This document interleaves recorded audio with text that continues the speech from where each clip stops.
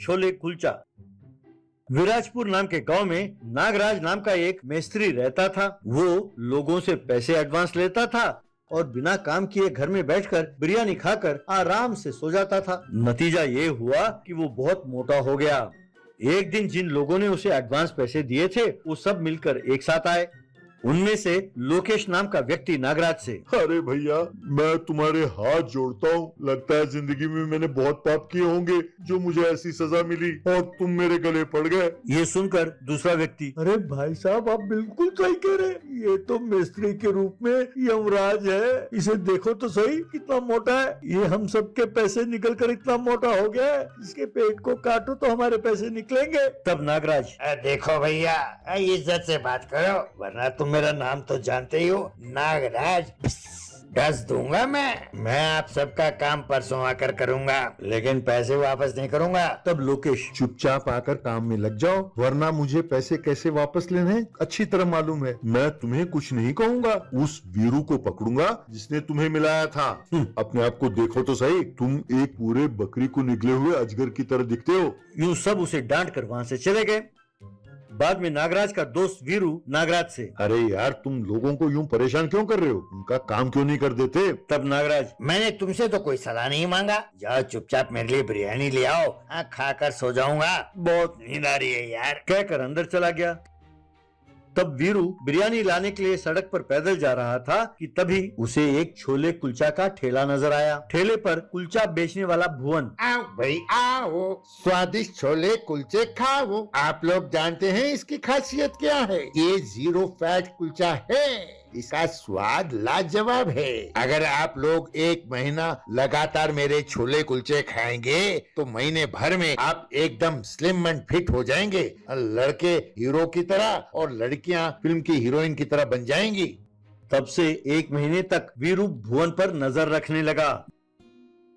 बाद में वीरू भुवन के पास गया और, भैया, मेरा एक दोस्त है, वो एकदम पेटू है। जब देखो खाता रहता है और सोता रहता है, वो एकदम आलसी हो गया है, काम नहीं करता। जिन लोगों का काम मैंने उसे दिलाया वो लोग मेरे पीछे पड़े हुए हैं, मुझे गालियां दे रहे हैं। मेरा दिमाग खराब था जो मैंने उसे 5 लाख रुपए एडवांस दिलाए थे। भैया सच सच कहो, क्या वो तुम्हारा कुलचा खाकर एकदम दुबला पतला हो जाएगा? तब भुवन, अरे इसमें शक करने की क्या बात है भैया।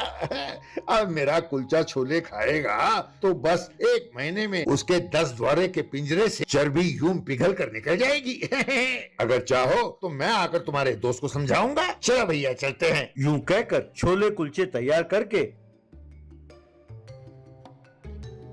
वीरू के साथ भुवन भी वहाँ चला गया। फिर नागराज के पास जाकर भुवन ने छोले कुलचे उसे दिए। ये देखकर नागराज, ये क्या जबरदस्ती है? मुझे तो सिर्फ बिरयानी चाहिए, और वो भी मटन बिरयानी। जब लाओ सिर्फ वो लाओ, मुझे ये कुलचे वुलचे नहीं चाहिए, कहकर उसे उठाकर फेंका। ये देखकर भुवन, अरे मोटे सांड, तुम्हारी ये हिम्मत! अगर तूने मुझे उठाकर फेंका होता तो मैं बुरा नहीं मानता, लेकिन तूने मेरे छोले कुलचे को फेंका।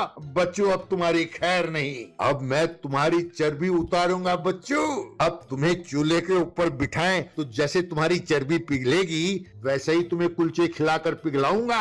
कहकर नागराज को कमरे के अंदर ले गया और कुर्सी से उसे बांध दिया। उसके बाद वीरू की मदद से हर रोज वो नागराज को तीनों वक्त छोले कुलचे खिलाने लगा। इस तरह 1 महीना बीत गया।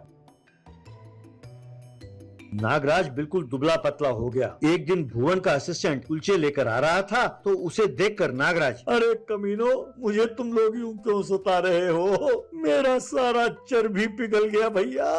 देखो मेरे सारे हड्डियां बाहर निकल आई है। अरे यार, मुझसे तो ठीक से बोला भी नहीं जा रहा। तब वो असिस्टेंट, भाई साहब, हमारे भुवन भाई साहब का आप पर गुस्सा कम हो गया है, आपको छोड़ दिया है। लेकिन ये कुलचे जानते हैं आप कौन भेज रहा है? आपने जिन लोगों से एडवांस पैसे दिए थे ना, वो लोग भेज रहे हैं। आप जानते हैं, यूं आपको कुलचे खिला खिला कर मार डालने का षड्यंत्र रचा उन लोगों ने मिलकर। आपको देखकर मुझे आप पर बहुत तरस आ रहा है भाई साहब। और हाँ भाई साहब, आप जानते हैं कि कहीं आप घर से भाग ना जाएं, इसका ध्यान रखने के लिए उन्होंने 4 मुस्टंडों को रखा है यहाँ पर आपकी निगरानी के लिए। नागराज, इसका मतलब ये है कि मुझे मारने का पूरा प्लान बना लिया इन लोगों ने। भैया भैया, उनसे कहो ऐसे ना करें, उनसे कहो मैं उनका काम करके दे दूंगा। यूं कहते ही उस लड़के ने नागराज के रस्सी खोला।